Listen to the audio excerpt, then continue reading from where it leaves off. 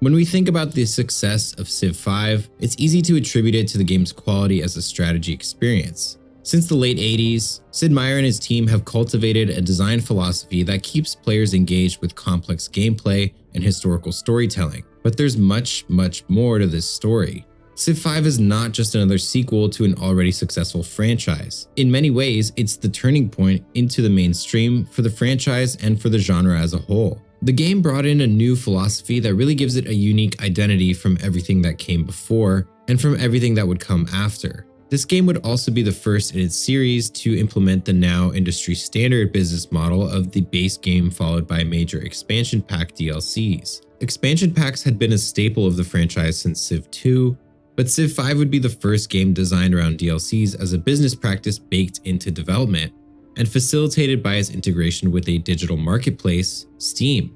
The game got flack on release for not feeling as fleshed out as Civ 4 until later DLCs could catch up with Civ 4's content and mechanics, a pattern that would continue beyond Civ 5 into future Civ games and the entire strategy genre.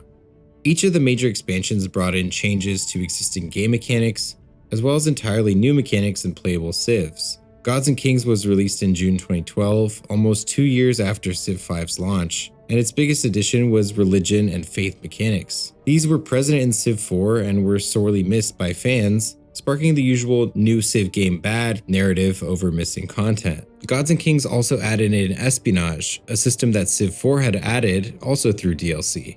1 year after Gods and Kings, Brave New World was released, adding in new diplomatic and cultural mechanics, namely the World Congress, as well as the great works produced by great artists and ideology, a late-game cultural system for customizing your government. As for actually running the game in 2025, well, I had no complaints. The game ran just fine through Steam, but a friend of mine did have issues when he tried to boot up the game after downgrading to a Windows 11 machine and transferring over his files. After an hour futzing around with the files, we managed to solve the issue by deleting Civ 5's files from his documents folder. This was annoying, but it also wasn't the end of the world.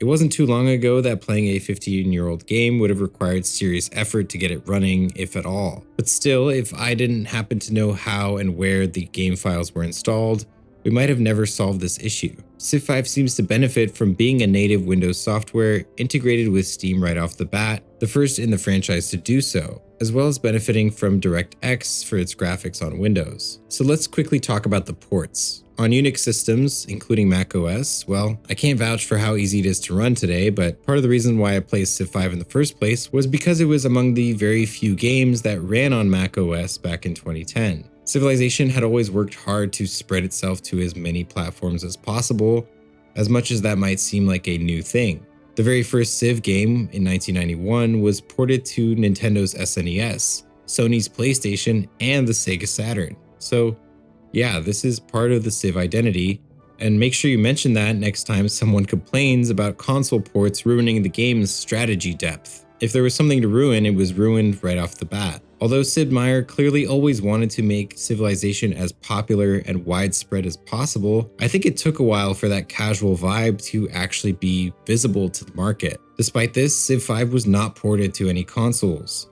so many people who came to the franchise with 5 or 6 might assume that Civ 6 was the first one to be massively ported onto every platform ever. When you boot up Civ 5, you're immediately confronted with a cutscene that introduces the game and sets the tone for the experience the player is about to embark on. The thing is, there's a good chance the cutscene you remember isn't the one that's on my screen right now. 3 opening cutscenes were produced, one for the base game, then one for the Gods and Kings DLC, and finally one for the Brave New World DLC. Both major expansions also added in a number of playable Civs, and ostensibly made an effort to target a wider diversity of Civs than what already existed in the game. So these are the 3 major versions of the game, or I guess technically 4 major versions. Base game plus Gods and Kings, base game plus Brave New World, base game and both expansions. There were also a series of smaller DLCs released, adding in smaller amounts of content, at times just one additional civilization or some new playable maps. All of this was eventually bundled into the definitive complete edition, which is what I bought and played for this analysis. In any case, we'll be examining the game including all of its content in its definitive form. For that same reason, I won't be using any mods at all for this analysis. This video is about examining the game as is and trying to figure out what made it such a phenomenon. Of course, mods are part of that story and I'll be addressing them directly later on, but for the main analysis, we're going full vanilla. In the launch version of this cutscene, a father tells his son about a dream he had of a sprawling civilization that would face all kinds of evolution over time. The elements that this little speech highlights are the expansion of the civilization, the construction of wonders and buildings, and the inevitability of war and suffering, but eventual victory. This gives players a bit of a taste of the macro-level narrative progression of the game, from expanding your small civilization to constructing improvements, to eventually running into conflicts with rivals. Notably, I think this cutscene also puts the domination victory at the forefront, and I interpreted it that way when I first played this as well. Unlike many strategy games, Civ V has multiple different victories available for players to try different playstyles and interact with all the systems of the game. The victories are domination, which is just military victory, science, diplomacy, and cultural victories. Multiple reviews of the game at launch cited too much focus on domination victory as a downside of the game, mainly complaining that the AI was too aggressive. There's this famous story about a bug in the original Civilization that made Gandhi start launching nukes way more than he was ever supposed to. Chances are you've already heard this story. It has sparked thousands of memes over the years and is practically a staple in every Civ V review. If you don't know the story, this all probably sounds pretty insane, so let me quickly explain. In the original Civilization, Gandhi was the ultimate pacifist with the lowest aggression score, just 1 on a scale of 1 to 10. But when players adopted democracy, the game tried to drop that number even lower, which caused a glitch. Instead of going to -1, Gandhi's aggression wrapped around to 255 in an integer overflow, making him the most aggressive nuclear power in the game. Well, that's how the story usually goes, but none of that ever happened. There was no bug.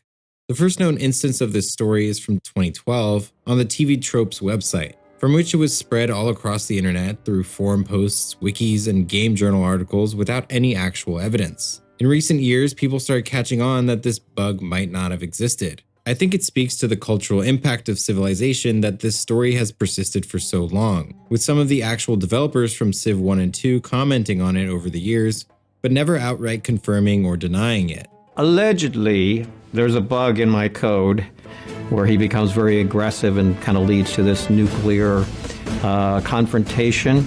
It's possible that I put a bug in there, but it was not intentional.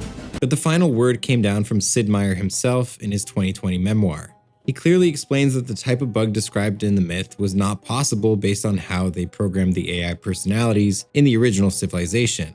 Meier argues that it's the humor of Gandhi ever using nukes at all, even though he was correctly programmed to avoid war, which planted the seeds of this idea. Gandhi firing nukes is, and always has been, inherently funny, no matter how rarely it actually occurs. Today, the Wikipedia page for Nuclear Gandhi clearly states that this is a fictional bug, a video game urban legend.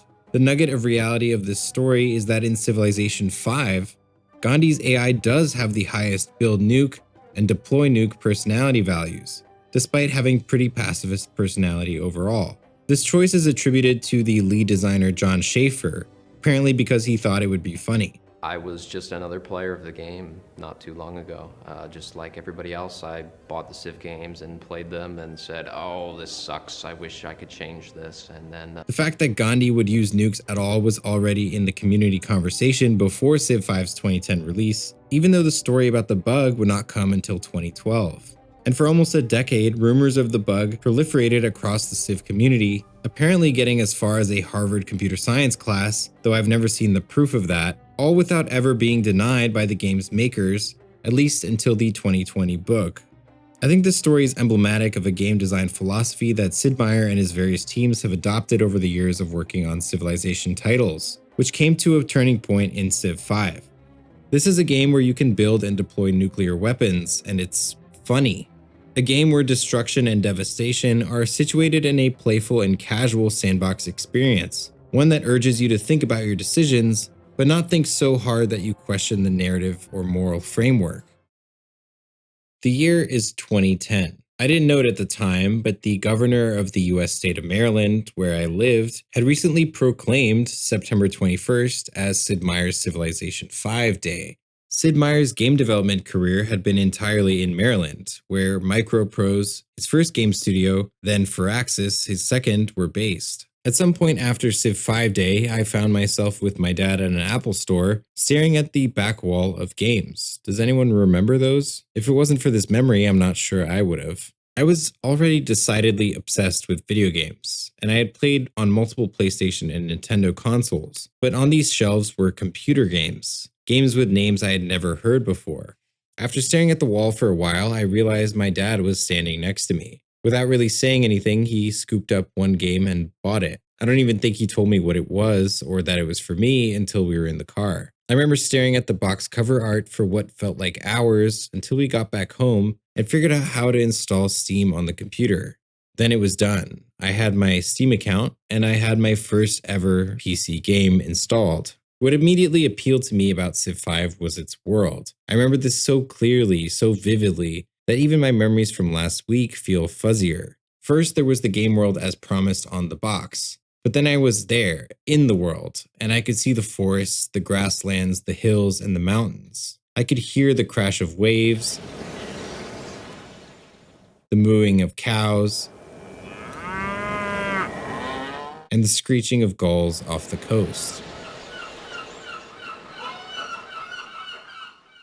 Unlike many strategy games, Civ V is, well, kind of beautiful.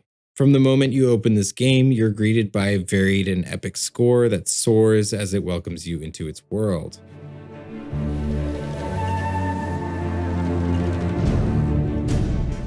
We'll talk more in detail about the score later, but for now I want to emphasize just how every element of this game feels like it's welcoming you to a new world that is fully realized. People don't play Civilization V for its beauty. This is a strategy game where complexity is king, where game systems are what shines through even the most basic UI and art.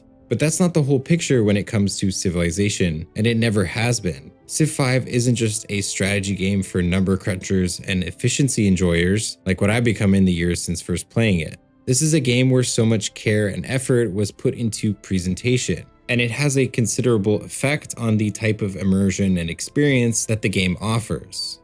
How many strategy games are actually immersive, where the game brings you into its world and makes you feel like you're really there? It's very rare because it's an incredibly difficult thing to do. This game honestly reminds me a lot of Skyrim, a game that came out just 1 year later and revolutionized its own genre of open-world RPGs for the mass market. While many people consider Skyrim to be an action-adventure game with the veneer of an RPG, its fully realized world hooked, well, the whole world. I think the parallel fits, but Civ V is not the Skyrim of strategy games. Though Civ V took on the goal of appealing to a wider audience with its shiny new coat of paint, it does still deliver on its genre promises, even if some of its designs were controversial at launch. I could not have known it at the time, but buying Civ V in the Apple Store all those years ago set me down a path where my most played genre in the last 15 years has undeniably been strategy games. I would soon be transformed from just a kid exploring a world into an edgy young adult who did more math for fun than for class. And yet, I think it's particularly interesting that my introduction to the genre was this game, a game where for an uninitiated player, the appeal was as much in its presentation as in its gameplay. As soon as I opened Civ V to start my first playthrough for this video, I was pretty shocked to see just how instantly and vividly I remembered the artwork in the game.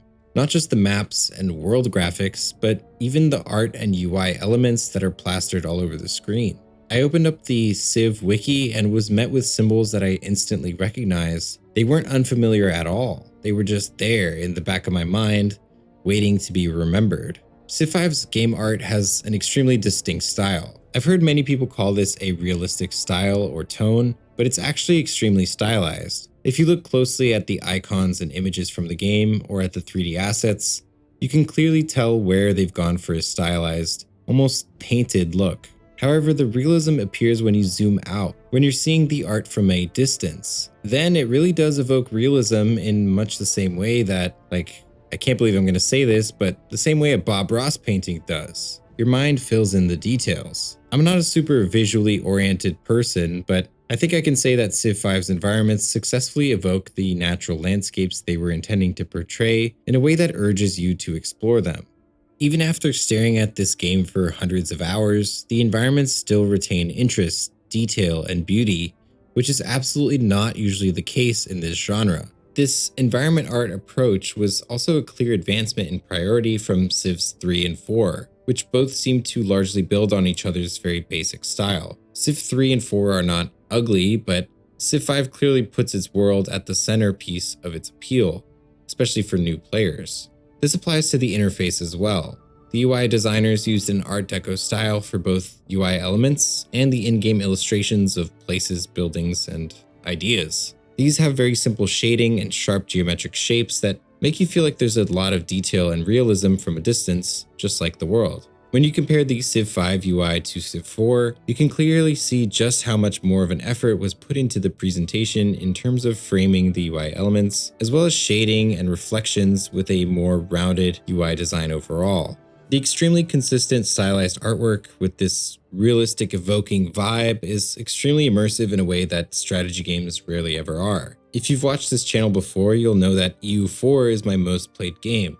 And while immersion means different things to different people, that game is absolutely not immersive to me with its artwork, graphics, and UI. It doesn't really have a cohesive style, and it doesn't really seek to represent a world in a beautiful way, but rather to communicate information efficiently and clearly. But in Civ 5, somehow this highly abstract set of tiles, units, icons, and cities feels like a real world. After not looking at this game for so many years, I expected that the art and graphics would feel more unfamiliar and dated, like most games from 15 years ago should feel. You might be surprised to hear, as I was, that Civ 4 was made on the Gamebryo engine, the same engine that made games like Fallout 3, Fallout New Vegas, and Elder Scrolls Oblivion and Morrowind. This stood out to me because Maryland is my home state, and it's not exactly known for video game development, except for two really hugely known studios, those being Bethesda and Firaxis. As far as I could tell though, Bethesda never got a governor's recognition, so I never got to experience Skyrim Day. Anyway, I thought maybe there was a connection between Bethesda, Firaxis, and Gamebryo, and unsurprisingly for companies in the DC area, the connection here was the federal government contracting work that Gamebryo's predecessor tech was built for. But that was all for Civ 4. Civ 5 was built on its very own custom engine that used DirectX on Windows and OpenGL on Mac and Linux ports. And comparing the visual fidelity of Civ 3, 4, and 5, this seems to have paid off. This discussion might seem like a tangent in the analysis of a strategy game, but the presentation of Civ 5 is a core part of the story when we're examining how the game generated the interest that it did, and how it expanded the reach of the Civ franchise so much. Graphics might not be on my list of needed strategy game elements, now that I'm a veteran of the franchise, but 15 years ago, this is absolutely what drew me in and kept my attention playing this game. At the time, I had no interest in mechanics or strategy or complexity. I was literally just there for the vibes. And I have no doubt that this applies to many millions of players who picked up Civ 5 as their first Civ game. And in this way, Civ 5 succeeds graphically in a way that I think very, very few other strategy games compare to. Of course, the world is not just there to be beautiful to look at. The world is also the game board, a map of discrete tiles with different values that players will interact with through dozens of systems across any campaign. This brings us to one of the most important changes that Civ 5 made to the franchise, which is the hexagonal grid. The Civ world map has always been a set of discrete tiles arranged in a grid, with each tile having different properties. One tile might be an ocean, while the next one might be plains, and the next one over might be an impassable mountain. Until Civ 5, the grid had always been orthogonal, like a chessboard, where each tile is a square. The implementation of hexes was ostensibly to solve two main problems. The first is that square tiles don't make natural environments look, well, natural. Sharp 90-degree corners are not the most natural looking shape, nor are they very pleasant to look at. The second problem cited by the Civ 5 team is the gameplay problems that square tiles come up against. Because of math, a square tile in a square grid is not equidistant to all of its neighbors, but hexes are. This means that moving diagonally on a square grid lets you travel much farther. basically for no in-game reason except for math. On top of this, in a square grid, interactions between tiles at the corners are not always clear. In previous Civ titles, the only square that really mattered was where your city was, and a lot of gameplay would be dictated on where each city was, and we were trying to make every tile very important. Once we switched to hexes, we realized everything could change visually. We could have a much more organic world. The design shift to hexes is going to continue to come up throughout the video, as it's part of a wider design shift that the team seems to have made in Civ V. This design is summarized by the developers as making every tile count. And when we think about the new emphasis on world art, the shift towards a more tactical approach to unit interactions, and many other changes that Civ V made, a pattern begins to emerge of a design shift that started in Civ V and is continued on through Civ 6 and Civ 7. So if hexes are obviously better than squares, why did they wait so long to implement hexes in these games? Well, during Civ V's launch, some players complained about the lack of 8-directional movement being restricted down to just 6 directions on a hexagonal grid, but I don't really buy that answer. That seems more like a complaint that comes from the system simply being new and different from what players were used to. Luckily, Sid Meier himself has an answer to this in his memoir, where he says, "Hex grids had been a mainstay of board gaming for decades, and were clearly superior to squares because they eliminated diagonal moves. Despite being better from a design standpoint, hexes were considered too nerdy for the average computer user when Civ first came out, so we had to fall back on the familiarity of squares in order to get a strategy game into their hands at all." I'm honestly not sure why hexes were considered more nerdy than squares, or if that was really the case. From what I can tell from researching this, it seems that in the late 80s, hexagons might have been associated more with hardcore strategy wargaming. This was definitely something that Sid Meier would have not only been aware of, but deeply plugged into when he made the first Civilization.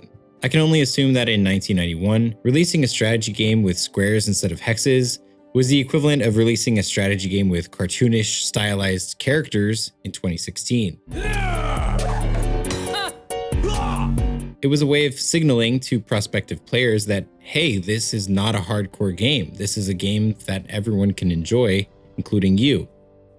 So by 2010, this reputation had faded out of memory, and hexagons had made it into the mainstream, due at least in part to Civ V's success. Also, I suspect that by this point, both Sid Meier and the Civilization brand were at a point in their lives where they could take this tiny leap toward their hardcore strategy peers, especially if it was in service of actually making the game more appealing to general audiences through better presentation and graphics. Either way, hexes were mostly positively received and are now a core part of the Civ design formula. But Civ V's world is not just geometry. The world is designed in a way intended to evoke the real world, and the terrain includes many factors like the topography of plains, hills, and mountains, different water environments from coastal to deep oceans to rivers and lakes. You've also got different climates, including arid plains, both hot, dry deserts and frozen polar deserts, temperate areas, and tropics, as well as different vegetation biomes ranging from grasslands to forests to jungles and swamps and tundra. All of these factors intersect and overlap through the game's procedurally generated world to create a believable game world that has diverse impacts on gameplay systems and strategies. For now, I want to talk about what it feels like to start a new world. Because every game world is procedurally generated, there's an experience of freshness and novelty to exploring a world created just for you. And because these game worlds are a manageable size, the maps rarely feel repetitive or cookie cutter. The procedural generation really succeeds here. The default map creates a series of continents that feels like Earth but isn't, and provides the varied gameplay that we'll be examining throughout this video. Maps also have many different presets for players to choose a more specific experience, like archipelagos, a Pangea map with just one continent, a donut of land surrounded by a large ocean, an all-jungle map, an all-forest map, a desert map, and many, many more that allow replayability as you test out different playstyles in wildly varied environments. There are also maps that allow some roleplay elements, like maps recreating the British Isles, the Japanese islands, the Mediterranean, and of course a map of the Earth. In addition to choosing how the landmasses generate, level of erosion, and general temperature, you can also choose the size of the map. Smaller maps generally mean fewer players and can help with limiting the scope of these games. The map size also affects gameplay values directly. playing on a larger map will result in a lower penalty to expanding the number of cities you have, which makes sense because if you're choosing a large map, you'll want to fill it in. Within these biomes that flow naturally from one to another, you'll also have unique features. Oases appear in deserts, atolls appear in coastal waters, and floodplains appear when rivers happen to cross into a desert. But there's also natural wonders, which are absolutely unique map features that can only appear once in the world, and only a handful will appear in any given campaign. These natural wonders are real features from our world represented in-game, and include things like the Great Barrier Reef, Mount Fuji, Lake Victoria, and Cerro de Potosi. Wonders provide unique bonuses to their tile or to nearby tiles, as well as providing a permanent happiness bonus once you discover them. There are also some, let's say, mythological wonders, those being the Fountain of Youth, El Dorado, and King Solomon's Mines. The Fountain of Youth is obviously a myth, but I think it's interesting that El Dorado and King Solomon's Mines, despite also being myths, are not really natural wonders. They're man-made. Sure, after enough time, even discovering a human-made space that is really old can feel like a wonder and provide some value to us in the real world. But in the case of Civilization, the game begins in 4000 BC, which is much older than any written record we have, and much older than the Hebrew Bible that King Solomon was being described in. And as for El Dorado, that's a much later myth originating from the Spanish colonization of the Americas. These are elements that explorers in the modern period were searching for, and usually these explorers were operating in a colonial context. Oh yes, we're talking about Western imperialism again. I'm sure my comment section will be very friendly and civil. In this case, I get that it's just for fun and silliness to have some mythological elements in the game, but again, these myths were chosen from one point of view, that being European colonial explorers. So we'll have to see if this is a point of view that persists in other elements of the game, or if this is more of just a one-off. I think that narratively, Civ definitely provides a colonial-like feeling of exploring an unknown world, but I don't think that that's the best way to describe the game's early exploratory experience. After all, lots of games feature exploration. It's one of the core drivers of human curiosity and play, and that in itself is not colonial at all. But this is also a strategy game, from a genre and a franchise which has a long history of embracing colonial narratives, so I'll be keeping an eye out for those and examining them as they appear. In Civ's early game though, all the elements of the world come together to make you feel immersed in the space you'll be inhabiting. Exploration is the primary motivator of the early game. You want to discover what is near you, not just in terms of terrain and land masses, but also in terms of available resources, potential obstacles, and potential competitors. There's also a certain fantasy being fulfilled of discovering an empty map that is yours to control, yours to dominate, but also yours to build on, yours to turn into anything you might want. Civilization provides such a unique tension between building and destroying, between discovering and dominating. And in many ways, the choice of how you want to approach this empty canvas is up to you, particularly in the early game.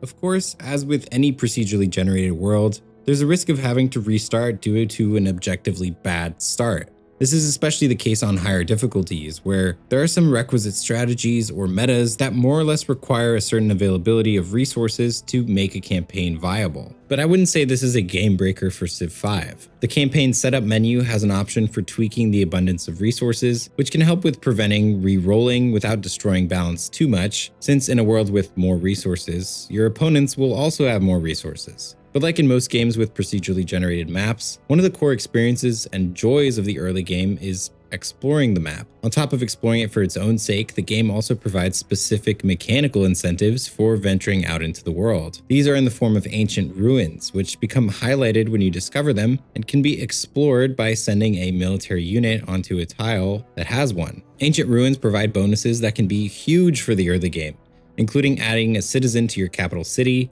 discovering a technology, or more moderate bonuses like providing some gold, upgrading the unit that discovered it, or revealing parts of the map. Critically, these ruins are consumed on entry, so you're always in a competition with the other opponent civilizations to discover and explore these map features. The in-game explanation for this mechanic is that these are the ruins of long-dead civilizations filled with valuable secrets. It's a pretty gamey explanation, but it doesn't get in the way of the fantasy, and honestly makes the world feel slightly less empty, as though these ancient ruins are other civs that just didn't make it into this period of history, but that maybe you will.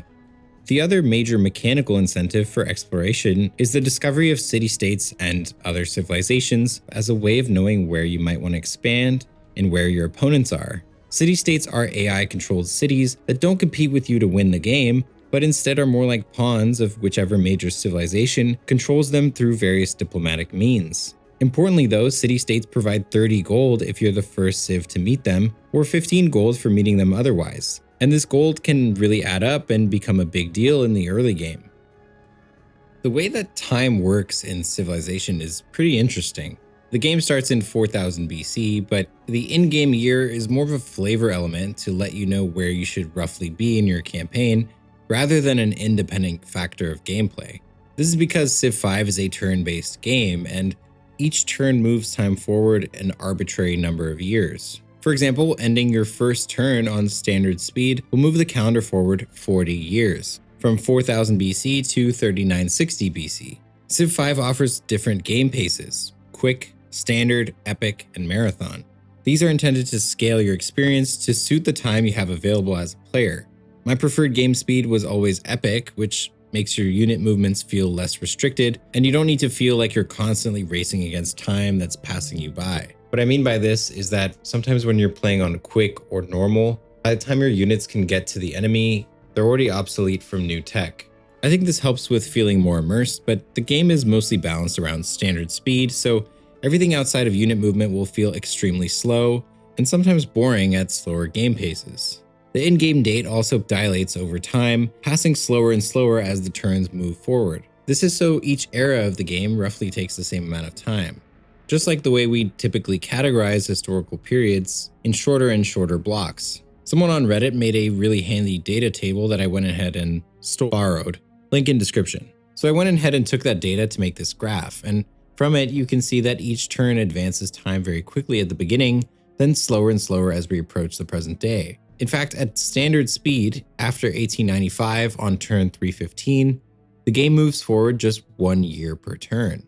But the game's dilation is affected by more than just in-game dates. Because this is a pretty abstract strategy game with a turn-based format, obviously everything from troop movements to the time it takes to build a basic building, like a granary, ends up taking way longer than it should in reality. This isn't a critique, I'm not Mr. Realism, and it would be missing the point of this game to act that way. But it's worth mentioning because the passage of time is another one of those major fantasies that the game provides as part of its narrative experience. Building a civilization to stand the test of time is one of the core taglines of the series through till today. Can you build a civilization that stands the test of time? Can you build a civilization that will stand the test of time? Can you build a civilization that will stand the test of time? Can you build a civilization that will stand the test of time? We start the game with the default of 1 warrior and 1 settler. Like many strategy games, units are the primary way that we interact with the game world. And like many strategy games, your units will always obey you. This is a chess game where every unit is one of your pieces. This is pretty common across the genre, but because this game spans all of, well, civilization, it means that players have a much more macro level control of the entire development of the civilization than most games. The term civilization itself here is a bit confusing. It's intentionally ambiguous because it's intended to represent any kind of state entity, as well as any kind of societal structure. You're playing as a state, an empire, a people, a culture, and a society as a whole at all times throughout the game. But because you control military units as well as any population migrations, you might also feel like a direct ruler over your little country.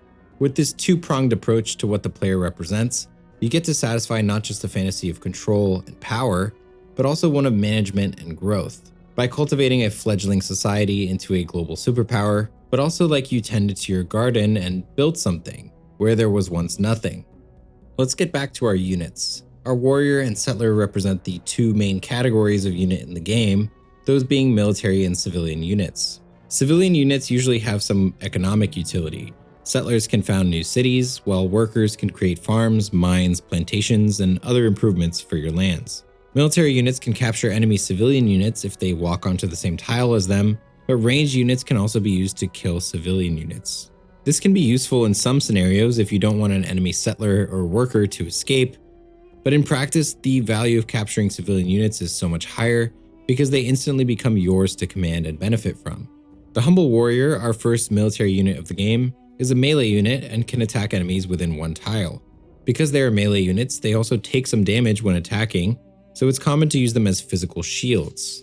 This way you can put ranged units behind them and protect them, while benefiting from a defensive bonus if your melee unit gets attacked. Civ V is the first game in the franchise to implement one unit per tile, meaning that only one civilian unit and one military unit can stand on the same tile at the same time. This is a departure from the previous designs of the series, and as far as I can tell, it was very controversial at the time. Stacking many combat units onto a single tile in previous Civilization games was a common strategy, and let's be honest, it's more realistic when we think about the intended scale of the game world. The practice is called doom stacking, and it's a common problem across the wargaming genre. Well, not really a problem, more like an open design question. The Total War games have a limit on how many units you can field in a single army, usually based on the estimated value of that unit. Grand strategy games also have some sort of army supply limitation on how many units can stand in a single area, like the attrition value that kills a percentage of your armies each month in Europa Universalis 4. Instead of these designs, Firaxis went with the one unit, one tile approach. It seems that the major shift from stackable units to one unit per tile was in some ways glossed over in the marketing materials in favor of talking about hexes. The benefit of hexes seems pretty clear to me, but the benefits of one unit per tile are a little more in the eye of the beholder. One major advantage of the system seems to be that it's frankly simpler. A beginner can understand the game map, which more closely resembles a game like chess, where only one unit can stand on each tile, and melee units take the position of any unit they kill. This system also seems to play into a key idea in Civ V's design, which is to make every detail count. This quote might be about tiles, but I think it applies to the unit design as well. One unit per tile means that every individual unit will be proportionally more valuable. Unlike other games where individual units are more valuable in their contribution to a greater whole, usually an army, in Civ, every unit is like a mini army. Units have different values and work best together. The one unit per tile design rule helps give more weight to decisions about which units to deploy and how to position them. This might be a positive, but the flip side of this is that armies have a lot of limitations that can sometimes accentuate an arcadey feeling to the game, something that has really crept up on the franchise in later titles. Like the switch from hexes to squares, you might be wondering why this change to one unit per tile did not come sooner, given that this change has largely been maintained in sequels to Civ V, although never again as strictly as in Civ V. Civ 6 and 7 both have features with some degree of unit stacking. So why weren't these systems implemented sooner to emphasize the tactical unit gameplay we see in the more recent Civ games? Well, I think at least part of the answer is that Sid Meier has a categorical design rule, avoiding having multiple game action modes within the same game. He calls this the Covert Action rule, Covert Action being a game Sid Meier released in 1990, the one he made right before Civilization. Covert Action is also the second game that Sid Meier worked on with Bruce Shelley, who worked on the original Civilization game and went on to direct the first ever Age of Empires in 1997. In his memoir, Sid Meier describes Covert Action as a learning moment for avoiding what he calls two competing games within the same game. The best example of this idea is Total War, a franchise characterized by its two separate game modes. In one, you play a grand strategy map game, commanding units, building infrastructure in cities, and maintaining diplomacy with other countries. But when a battle starts, players are put into a real-time battle simulation and order the regiments from the ground like a field commander. According to Sid Meier, this would be categorically bad design, because the player will get a kind of whiplash when switching between these two very distinct modes that both require relatively long time investments. In the case of Total War, I tend to slightly agree, but I don't think this is a hard and fast rule of game design. In Total War, I just happen to love the battles and really not enjoy the grand strategy component. I find it disjointed because I think the game's strengths are in the battles, so much so that I don't care about the grand strategy part at all. And I think other games do the grand strategy portion better anyway. But what about another game that does the exact same thing? Mount & Blade Warband and Mount & Blade Bannerlord both have a very similar two-phase design system, and Warband at least is one of my favorite games ever made. Similarly, there are plenty of people who disagree with what I said about Total War and believe the battles and the grand strategy campaigns are actually great complementary forms of play that allow better pacing and narrative cohesion than what just battles alone could ever accomplish. After reading Sid Meier's memoir, I got the impression that he's willing to share his opinions as golden rules of game design wisdom. Of course, he is literally one of the pioneers of video games as a medium, but that doesn't mean every preference and opinion he has should be treated as a rule. The success and popularity of games that directly contradict his 2-game rule is, I think, a testament to that. The point I'm trying to make is that Civ unit tactics have been intentionally held back from their full tactical potential until Civ V, likely in order to conform to this 2-game rule. If you think about it, Civ V can really feel like 2 games sometimes, especially when you're in a long, protracted war.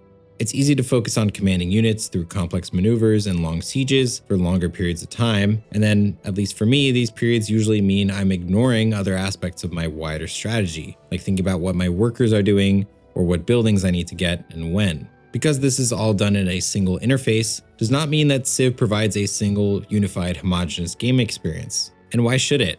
The line between having 2 games in your game and having multiple experiences within a cohesive whole is just too blurry to strictly say this belongs and this doesn't. And in the end, it comes down to a design choice. I just find it noteworthy that one of the hallmarks of Civ's recent and most popular entries might have been held back by Meyer's design rule, or that this new 1 unit per turn innovation was at least in part a subversion of the covert action rule.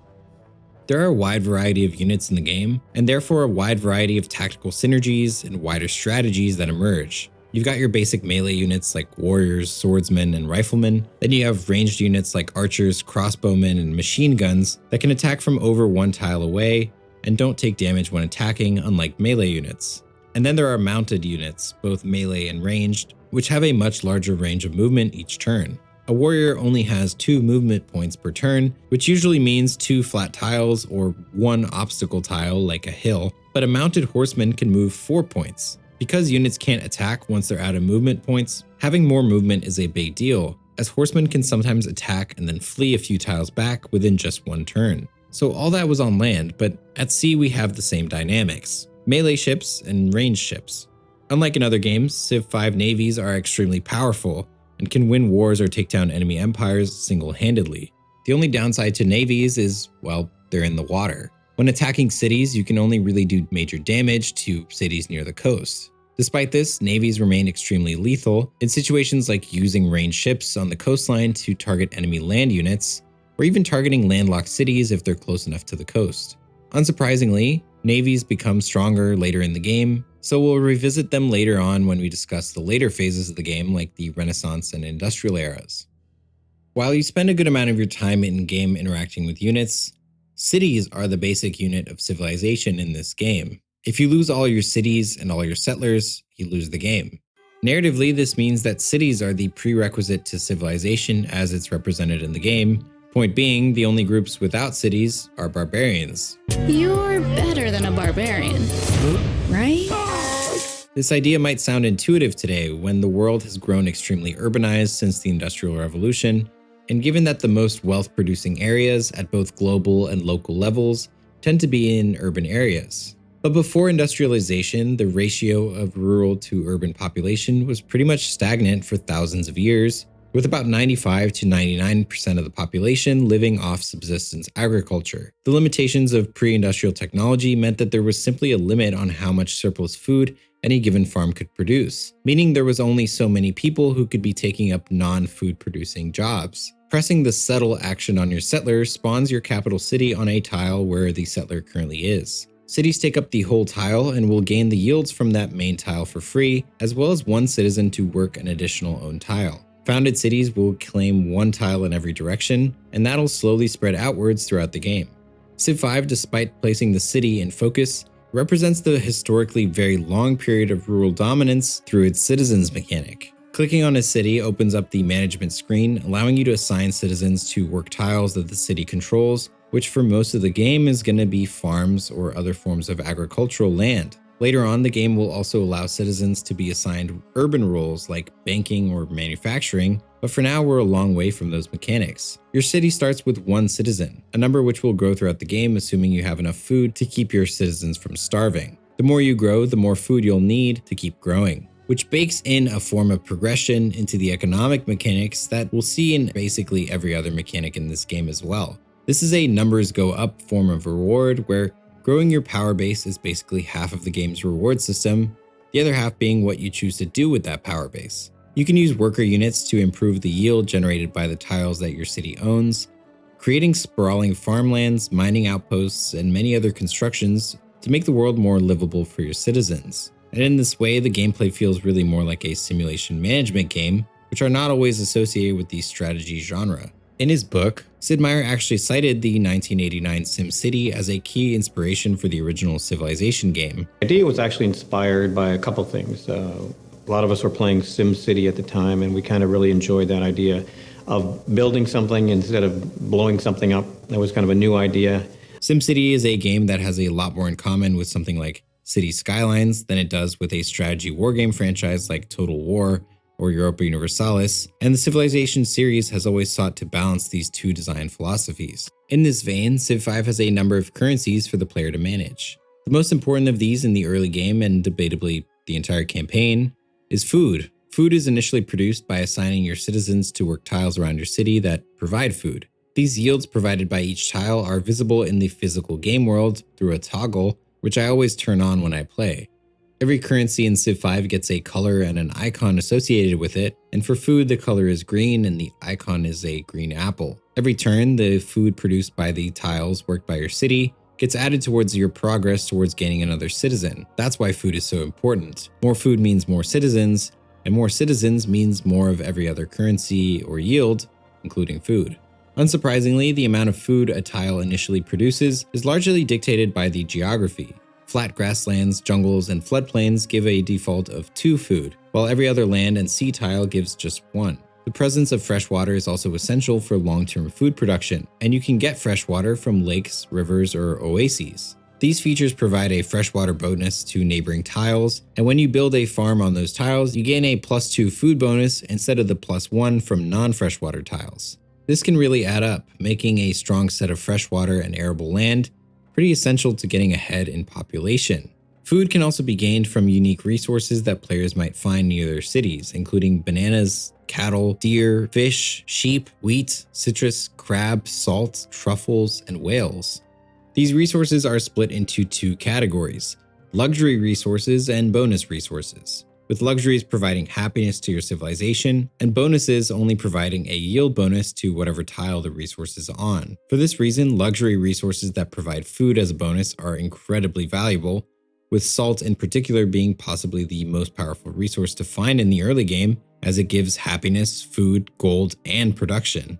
We'll give luxuries and happiness their own discussion later, but when we're talking about food production, we're usually talking about farms or plantations to harvest plants, or camps and pastures to harvest animals. So salt is pretty unique since you access it through mining, and mining can provide a bonus to production as well, giving you so many yields you need in the early game in just 1 tile. The game is good at choosing a location for players to start that will guarantee them early food, but sometimes spawning near a desert without an oasis, or spawning in a frozen tundra can be a death sentence for a run and warrant a restart on higher difficulties. At the same time, this introduces more variety into the gameplay, since you can always choose to go ahead with a suboptimal start, try to make the most of it.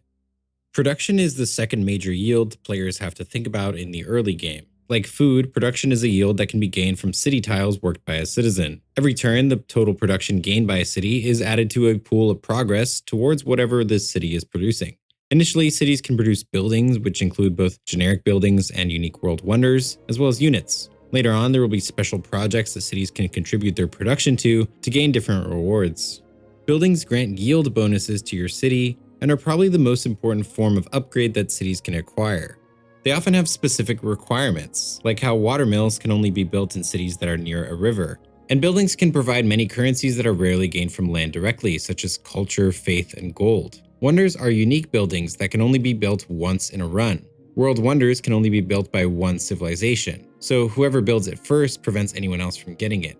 This mechanic means that you're often racing against your opponents to build the wonders you need for your specific playstyle and circumstances. This can be rewarding, as it makes every wonder you gain feel special, especially if you've experienced waiting 15 turns to build a wonder, only for it to be stolen out from under you 1 turn before completion.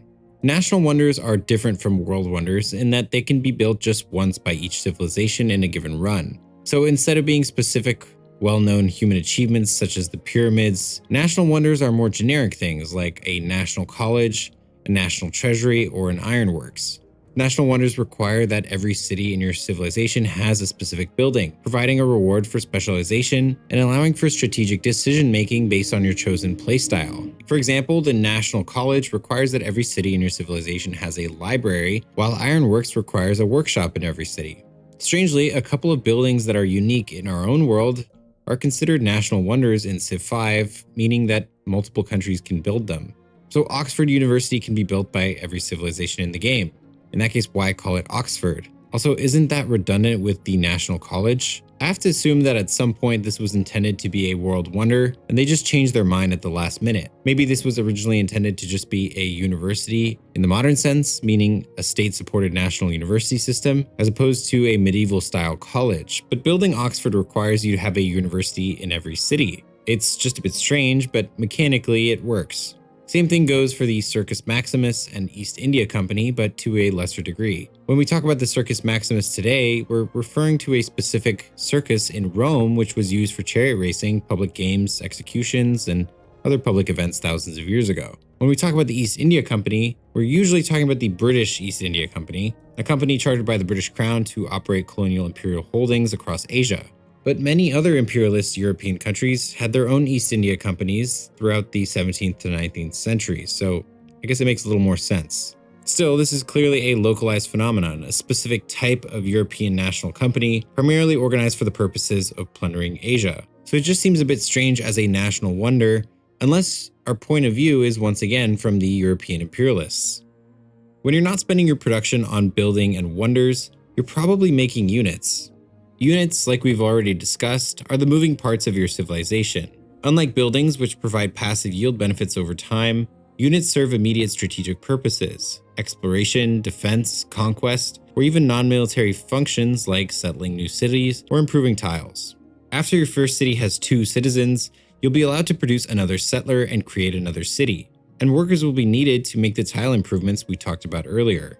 Military units are also key for scouting the nearby area in the early game, or for defending lands from barbarians, or for invading your neighbors throughout the game. The game requires that you're producing something in every city to be able to press the next turn button. But what you choose to produce always carries an opportunity cost, as every turn spent training a warrior or a scout is a turn not spent constructing infrastructure, and vice versa. This trade-off defines the push and pull of Civ V's pacing. How much effort should be devoted to securing the present versus investing in the future? Civilization is a franchise about building as much as about anything else. The sentence that best summarizes the narrative and mechanical core of this game is this: Can you build a civilization that will stand the test of time? The central verb in that iconic sentence is build. A Civ V player is a builder first. Building stuff is a core part of many strategy games, not just because it provides a satisfying gameplay trade-off between immediate reward and compounding long-term reward, but also because strategy games usually take the perspective of a state, or at least a group of people, and groups of people build stuff. Building, making, and improving is part of what makes us human, whether it's physical structures or simply abstract social systems. And this is clearly part of the narrative core of Sid Meier's vision for Civilization since the beginning. I mean, we kind of really enjoyed that idea of building something instead of blowing something up. That was kind of a new idea. You'd actually create something of your own design, and that was attractive. Sid Meier's view on building versus destroying is at least in part informed by the kinds of games he worked on before the first Civ game, and I think he succeeded in that Civilization is absolutely a franchise about building. But when it comes to destroying, well, I'm not sure if he avoided that as much as he may think. We said, what's a bigger topic that we could approach, with these kind of ideas? And civilization kind of came to us. What if you were conquering the entire world, building a civilization to stand the test of time? And all these cool things we could include: technology, history, military conquest, politics, culture, diplomacy. For now, it's important to talk about the fantasy of building in Civ and how it relates to what kind of position the player takes when engaging with these systems. God games are a term for management games that involve a high degree of player control over a large number of domains, like you're a kind of mini-god ruling over a game world. Pretty much every video game has some degree of excessive power or control transferred to the player, and in strategy games, it's basically a core assumption of the genre. In my 5-hour retrospective of Europa Universalis 4, I dedicated a whole section to this idea and how it manifests across the many narrative perspectives of the game. In that game, you play as a state, even though for the sake of gameplay, you're given way more power than a state had historically. But in Civ V, it's much more complicated. Who are you actually playing as? In the title screen, you get to choose from a list of civilizations, each with their own character who represents them, their leader. But what is a civilization? The term civilization is obviously a pretty loaded one. It can have positive connotations to some, implying an organized society that gains certain benefits over uncivilized ones. The word can also have negative connotations because it seems to imply that some people belong to civilized groups while others are not. If we ignore both of these subtexts, the term can just mean society, similar to how anthropologists will use the word culture to describe a group of people without commenting on their specific political structure. I have a question for you. When you think of yourself, of your society, what term would you use to define it? Would you call your society a culture, a civilization, a nation, a country, or a state? Each of these words has so many different connotations to different people. If this franchise started today, would it really use the term civilization? My guess is no, but the name has stuck and it's here to stay. The term is open and wide enough to mean pretty much any human settlement or group, but it also kind of implies building, growing, and lasting for a long time. The term civilization brings up images of ancient stone buildings, of ancient relics and artifacts, and maybe the growth in scale of human societies over time. The word civilization is related to civitas in Latin, meaning city, and you can kind of hear it in the word city as well.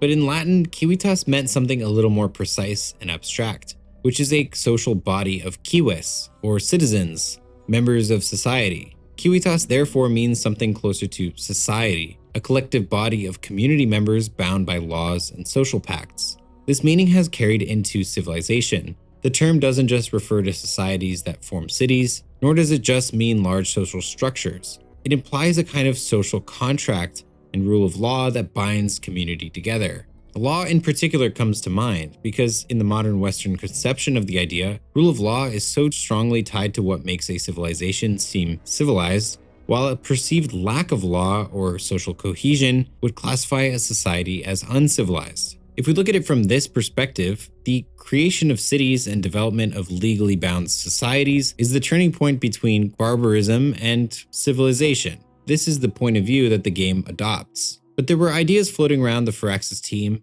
and even a prototype, of starting Civ V in the hunter-gatherer societies that came before agriculture, where players would just roam around hunting mammoths and possibly avoiding saber-toothed tigers. Because during the super early development of Brave New World, when we were talking about concepts for what we could do for this next expansion, this is before it was really hammered out and you had great works.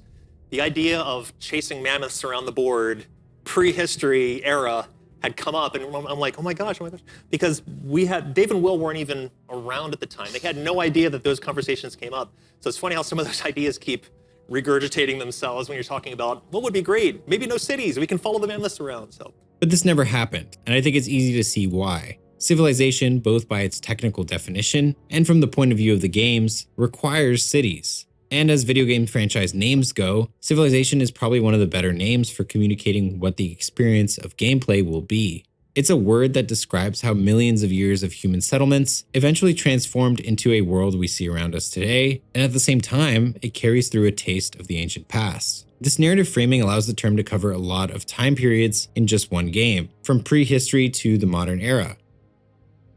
But in its effort to cover such a large length of time, of course not all the playable civilizations are going to be the same type of society. Today, of course, the world is largely ruled by nation-states. That's the model of society we've adopted across the world, for better or worse. And that perspective, along with the obviously Western perspective of Civ V's designers, can at times color the point of view that Civ V takes in its representation of the history of human societies. When you hop into a Civ V campaign, you're not the only one there.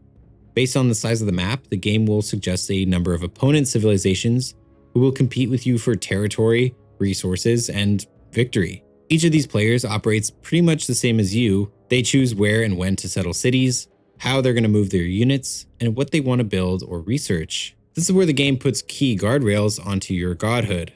You might have total control of your own civilization, but opponents serve as the ultimate other that you'll have to interact with. You can collaborate with the AI, you can compete with them, but ultimately you either defeat them or you're defeated by them. Civ V's leaders have specific personalities that are intended to reflect their characteristics as people historically, as well as the priorities of the civilization they lead. These personalities, like everything else in game programming, are lists of numbers that influence how likely it is that the AI will take a certain decision.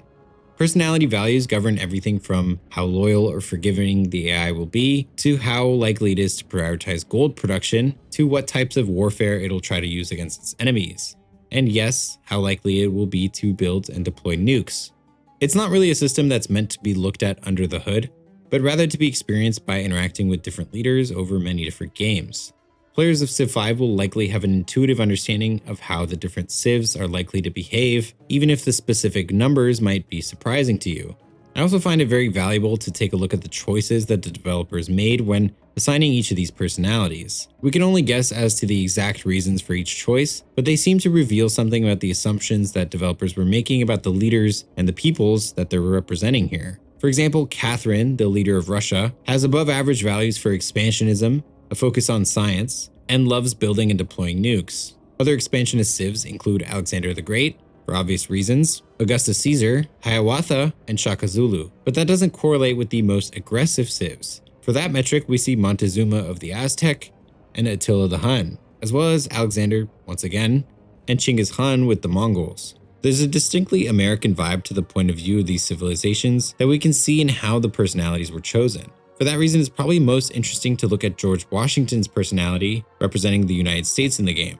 Similar to Russia, the US has high spaceship and nuke values, but most interestingly, the US has one of the highest defensive values in the game, tied with countries like Ethiopia and the Shoshone, two countries that famously defended themselves from European colonization.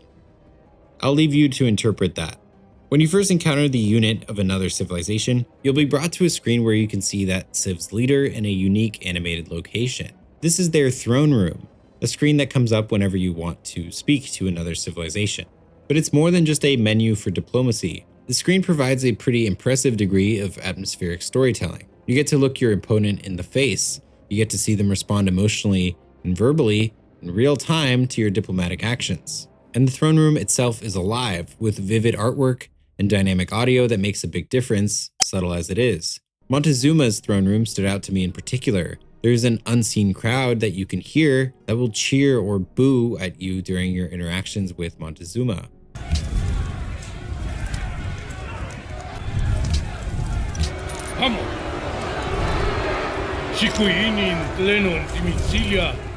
This interaction screen is where you can conduct diplomacy with the other civilizations. Right off the bat, you can view the country's attitude towards you in the center of the screen. Civs can have 5 different positions towards you: neutral, friendly, guarded, hostile, and afraid. You can kind of assume what each of these positions mean, but the game also offers additional information if you hover over the attitude text, which tells you broadly why the Civ feels the way they do about you. Reasons for positive relations include things like declaring friendship, having an embassy, or having trade agreements with you. While negative reasons might include viewing you as too weak or too strong, viewing you as a warmonger, or having border friction with you. The game absolutely quantifies these attitudes in the background, but intentionally hides the numbers from the player to present what I assume is intended to be a more narrativized experience. This game stands in stark contrast to something like EU4 because that game shows you detailed numbers for each interaction, and you can min-max and plan your diplomatic interactions accordingly. In Civ V, the intended play seems to be to just wing it based on common sense, and not really knowing what the repercussions of your actions might be in the long term, which creates a more exploratory experience that I know many players find appealing. Alternatively, if you want to play with precise strategic diplomacy, you'll need to figure out how to interact with this system in ways you weren't intended to, such as by adding mods that reveal more information, or by memorizing what interactions produce what result. I think this approach to presenting information is characteristic of the Civ franchise, and also to Sid Meier's approach to games.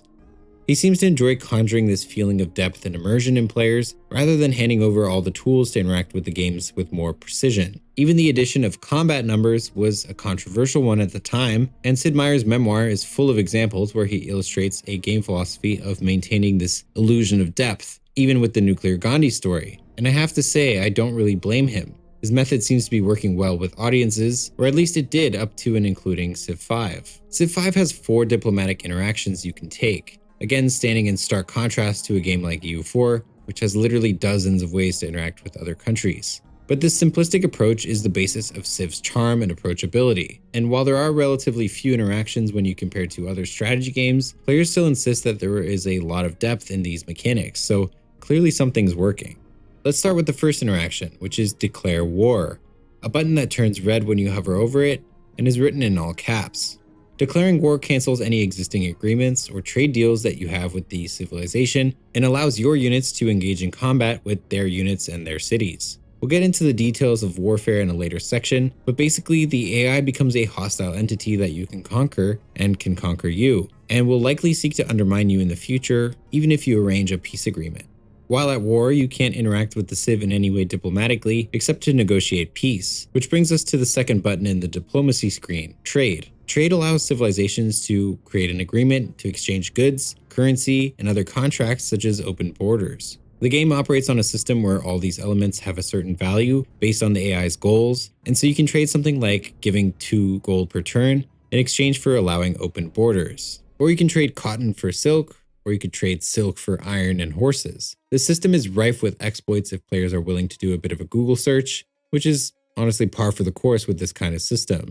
The next button, Demand, is literally the same thing as Trade, except that you're taking trade elements from the civilization for nothing in return. It's a way of forcing a Civ to give you things when you are in a clear relationship of domination towards them, such as after winning a war against them and taking half their cities, or simply having an overwhelmingly larger army that is near their borders. Demanding things will obviously hurt your relationship with the Civ, which might be irrelevant if you're way more powerful than they are, but the tables could always turn, or an alliance of Civs could theoretically collude to take you down.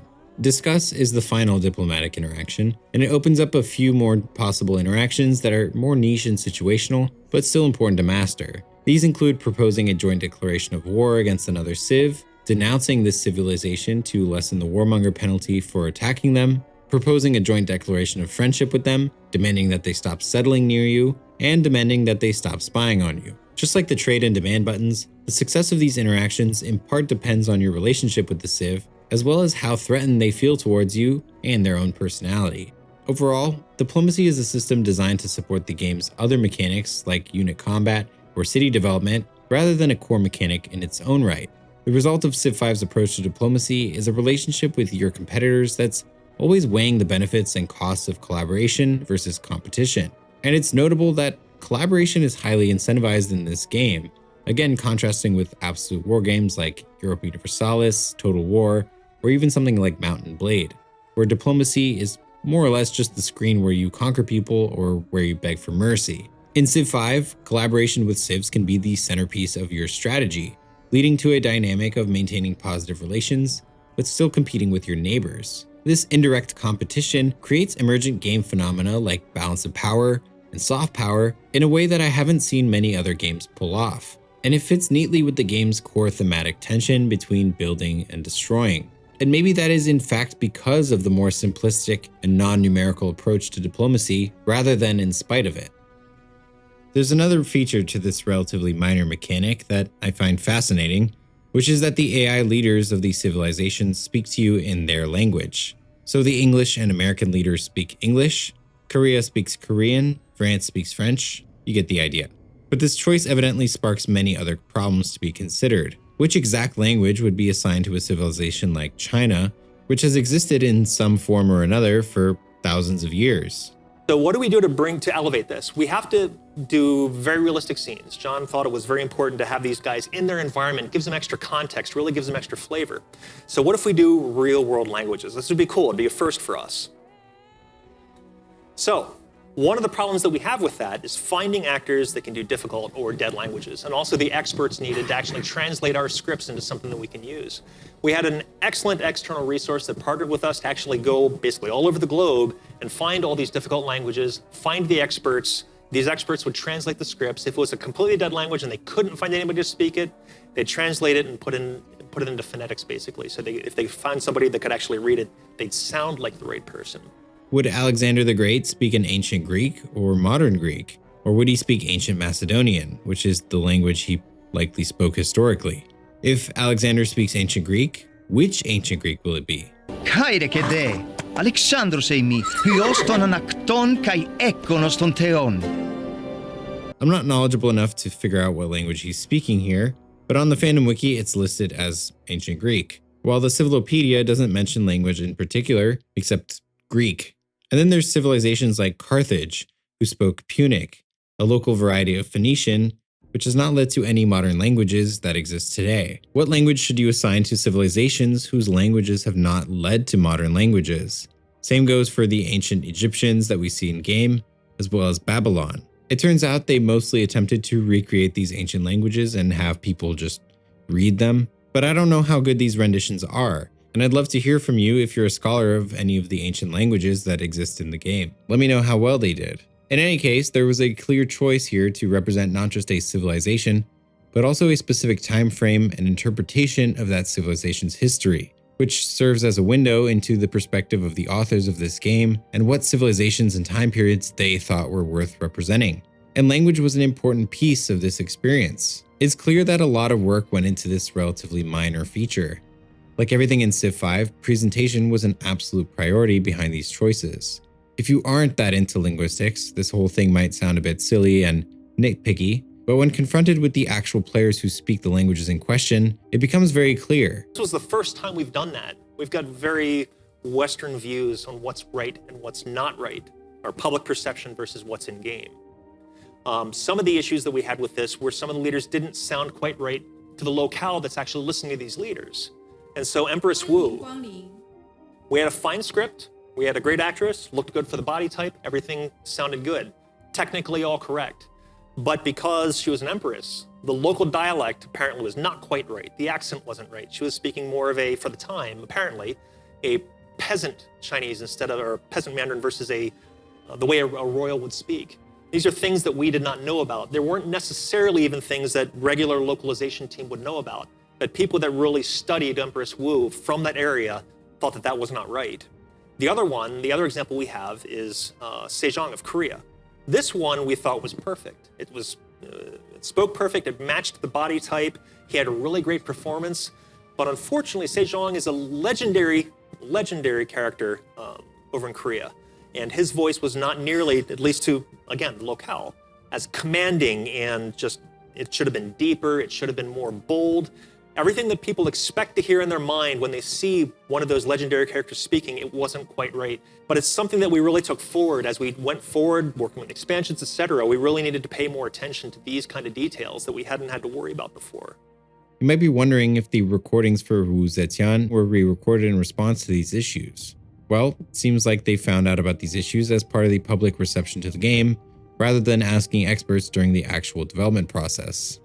While the language performances might have drawn some minor critique from people who actually spoke the languages in question, the game's music seems to have largely been a success. The original score was developed with the specific intention of including musical elements from each culture represented into a foundation that is based in Western music. This is the classic case of creating a Western perception of what another culture's music sounds like. But here at least, that was intentional. I know even less about music than I do about language, so I won't comment on accuracy or anything, but I also know that music poses many of the same problems of selection and representation as language.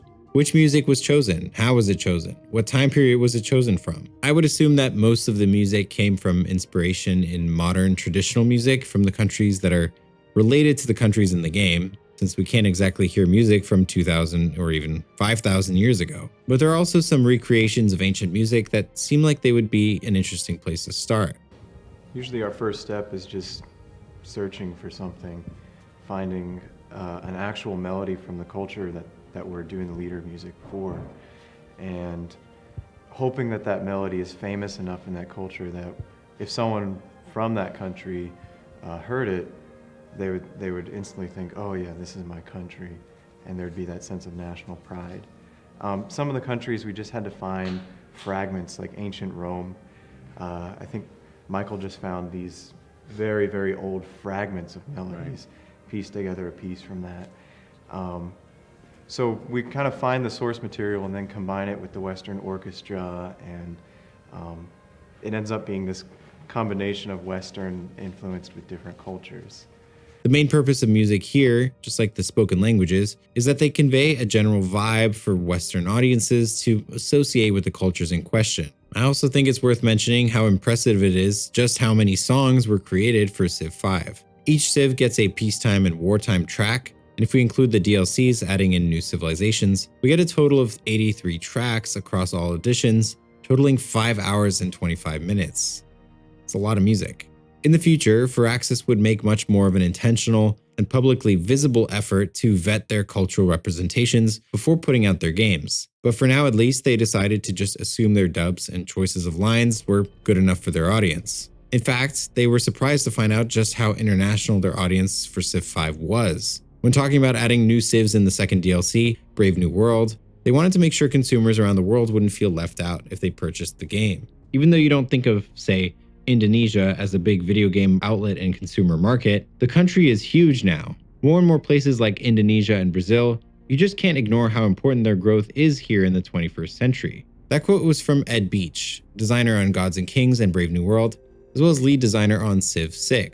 And yeah, he's very surprised that Indonesia, the 4th largest country in the world, has a large consumer market. This was also the team that apparently couldn't figure out how to spell Renaissance when the time came to decide on a name for Civ V's first expansion. But then we kept having problems. There were people that couldn't spell Renaissance. Does it have one N? Does it have two N's? Does it have one S? How many vowels does it have where? You know, internally. Everybody learned to spell Renaissance after those 5 months were up, internally. If we're talking about representation, there's a kind of elephant in the room that we need to address. Barbarians are the quintessential throwaway enemy in Civ V. They're intended to provide some early game stakes by coming in and attacking your first warriors, settlers, and workers, and can be killed for XP that your units can use in later wars against more formidable enemies. Barbarians in Civ V aren't really a faction in the usual sense. They don't have leaders, ideologies, or cities. They spawn out of encampments that have a chance to appear in any tiles outside the view of all civilizations, and they spend most of their time harassing you, stealing your workers and pillaging what you worked hard to build. In the early game, barbarians are often your only source of consistent military engagement. By the time you hit the mid-game, they're more of an inconvenience than a threat. While barbarians are a relatively minor mechanic, they carry a lot of thematic weight. If you know my channel, you already know what I'm going to say here. Of course, the game is called Civilization, but civilized is a somewhat relative term. Civilized compared to who? Barbarians are the developer's most obvious response to this question, and they're meant to represent this sort of ambiguous, uncivilized other that's just outside the borders of your empire. In my EU4 video, I talked about rebels in much the same sort of way, characterizing them as mindless zombies for the player to put down. But rebellions in EU4 can still be negotiated with in some sense. You can accept their demands, or they can enforce their demands, and they could change the course of your country. And of course, this means that rebels have a goal. Barbarians in Civ V do not have any goals. They mindlessly attack any civilization or city-state near them. They don't have any unique identity, being simply barbarians. And there's no way to interact with them apart from wiping them out. No diplomacy, no trade, just killing.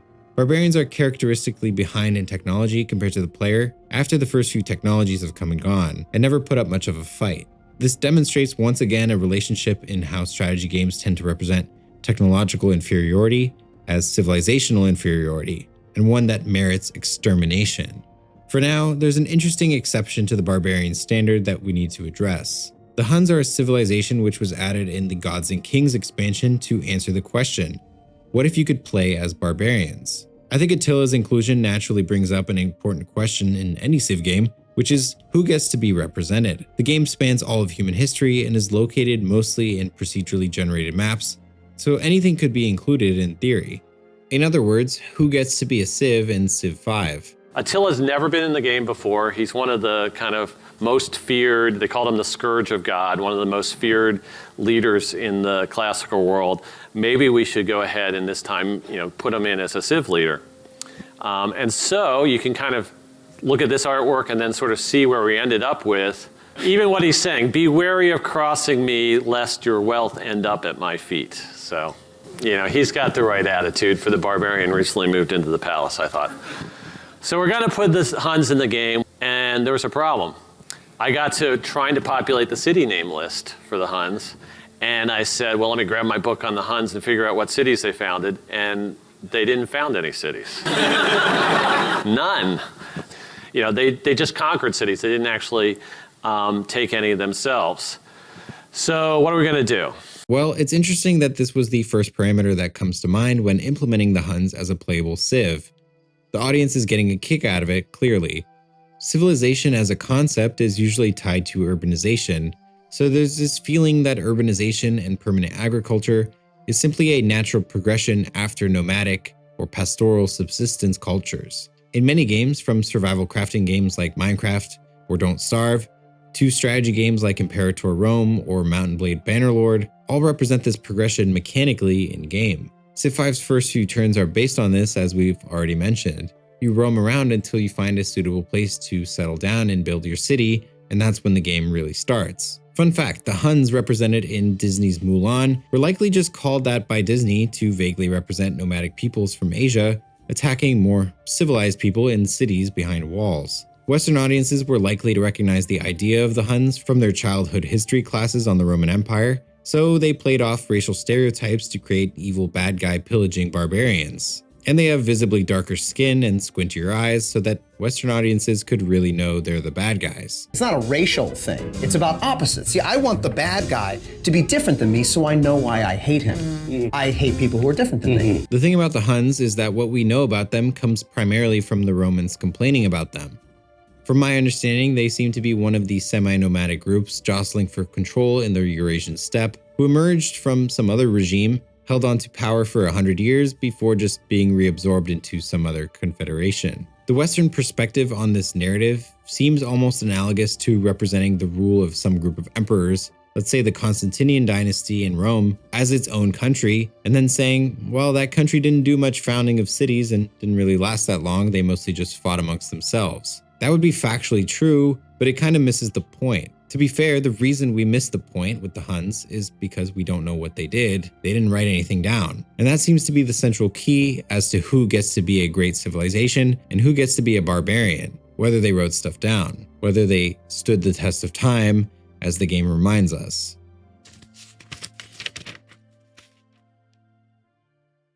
I know what you're thinking. That's it? Well, this is just part 1. I decided to release this video in parts, mainly because last time when I released my EU4 video in parts, I was able to get some really helpful feedback and answer some questions people had. So if you want to submit feedback or ask me to touch on something, there's a pretty good chance I'll be able to incorporate that into the final video.